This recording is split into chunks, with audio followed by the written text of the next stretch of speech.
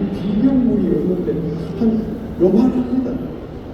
그런데 빛이 비치니까 걸어가는 사람의 모습이 확실하게 보이죠. 그런데 저 코멘트가 이런 이야기를 남겼습니다. 인간이 걸어 다닐 때면 자신의 몸무게의 존재를 잃어버리고 가볍게 걷는다. 거리의 사람들을 보라. 그들은 무게가 없다. 어떤 경우든 죽은 사람보다도 의식이 없는 사람보다도 가볍다. 내가 보여주려고 하는 것은 바로 그 가벼움. 인간의 걸어갈 때 인간은 자기의 몸무게를 생각하지 않는다는 거죠. 인간이 걸어가는 것 자체에서 느껴지는 가벼움, 그 가벼움을 조각으로 표현해보고 싶었다는 거예요. 그래서 우리는 이 두 조각가의 작품을 통해서 시와 사문의 세계를 보다도 이해할 수 있겠습니다. 결국 시는 자기만의 생각이 중요합니다. 우리는 누구나 다 비슷비슷한 똑같은 인생을 살죠. 태어나서 살다가 죽는다는 거죠.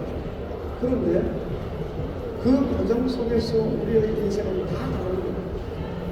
그것처럼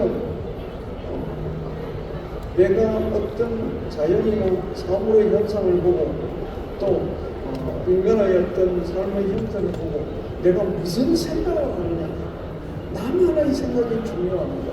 이거를 독창성이라고 말씀드릴 수 있겠습니다. 독창성.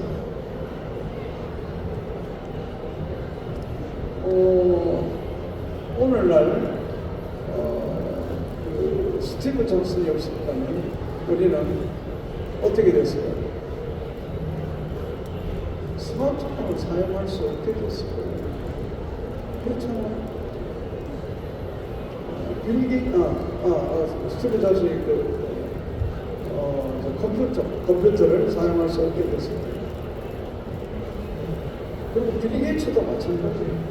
그 두 사람은 우리의 삶의 현대적 삶의 형태를 확 바꿔버렸어요. 무엇을 통해서 바꿨습니까? 자기만의 생각, 그 독창성에 의해서 인류의 삶을 바꾸는 거예요. 시도 마찬가지예요. 시도 자기만의 생각이 중요합니다. 자, 제가 한번 그 이야기를 보다 더 계속하도록 하겠습니다. 이 종은 다 아시죠? 선덕대왕 신종, 속칭 에밀레종. 저는 어릴 때, 지금은 경주 박물관 입구에 있지만 어릴 때는 경주 시내에 있었어요. 부박물관. 그래서 그 당시만 해도 1960년대 그럴 때만 해도 저녁이 되면 에밀레종을 쳤습니다. 지금은 안 됩니다. 지금은 보호하기 위해서 종을 치지 않고 작년에 한 번 쳤어요. 그런데 그 당시 외할머니 집이 경주 시내 박물관 옆에 있었기 때문에 부박물관 옆에 있었어요. 제가 마침 이 박물관에 이렇게 그냥 구경을 갔는데 이 종각의 문이 열려있는 거예요. 그리고 이제 어른들이 이렇게 종을 둘러보고 종각의 문을 닫지 않고 그냥 가버렸어요.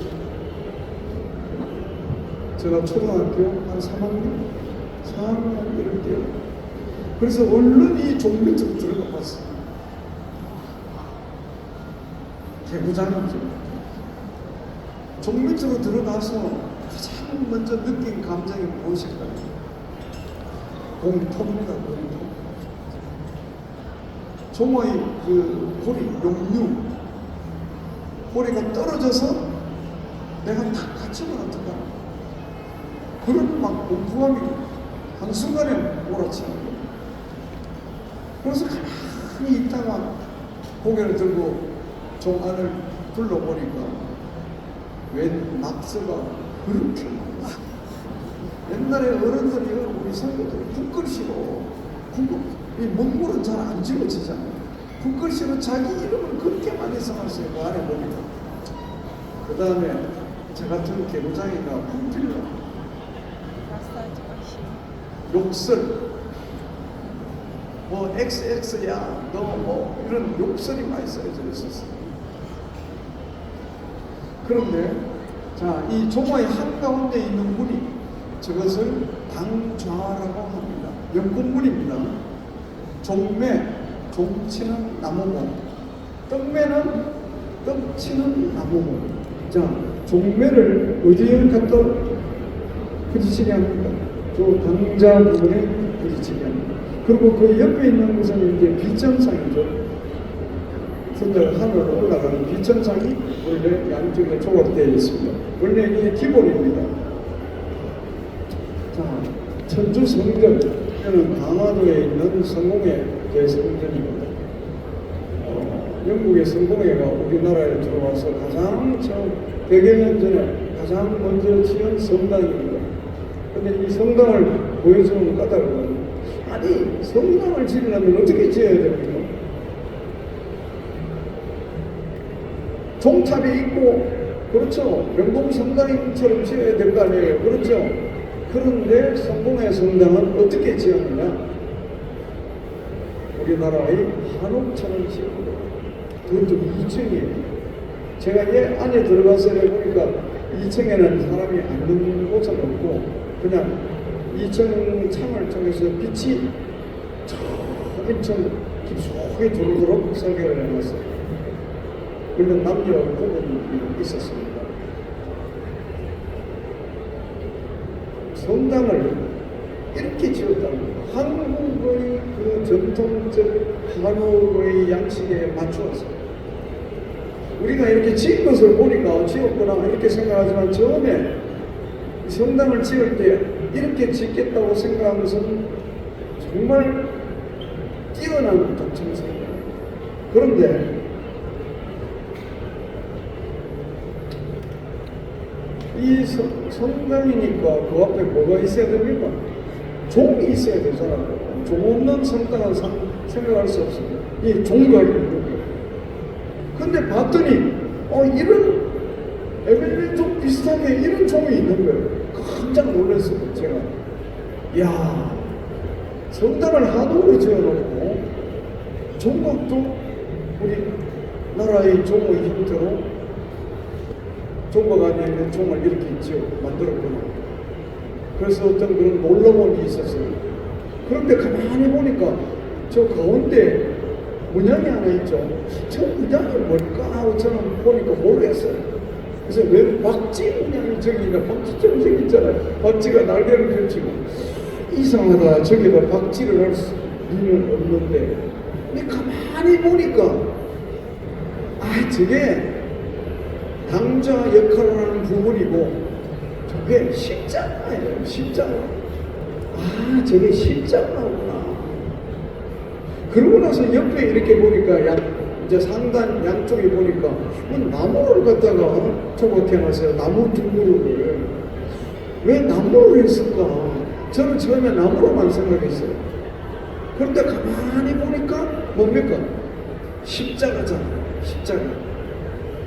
그래서 종교적 어떤 상징성은, 성공의 상징성은 다 드러내고, 종은 우리나라의 종의 형태로 만들었다.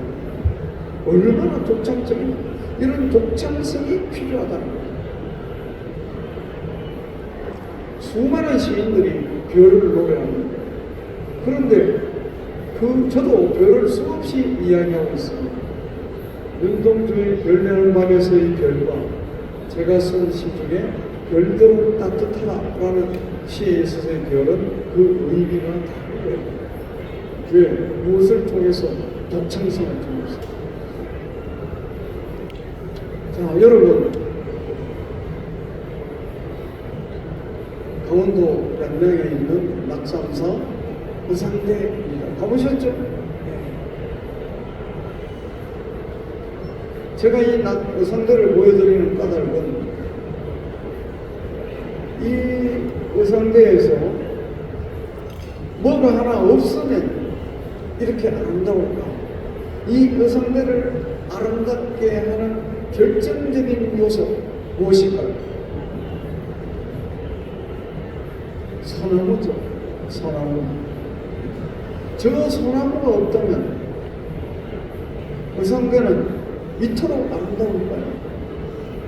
물론 앞에 동해가 펼쳐졌으니까 아름답죠. 그렇지만 이 의성대를 더욱더 아름답게 하는 것은 저 한 그루 소나무라는 거예요. 그래서 저 소나무가 없어지면 안 됩니다. 저 소나무를 우리는 시에 있어서 독창성이라고 표현할 수 있겠습니다.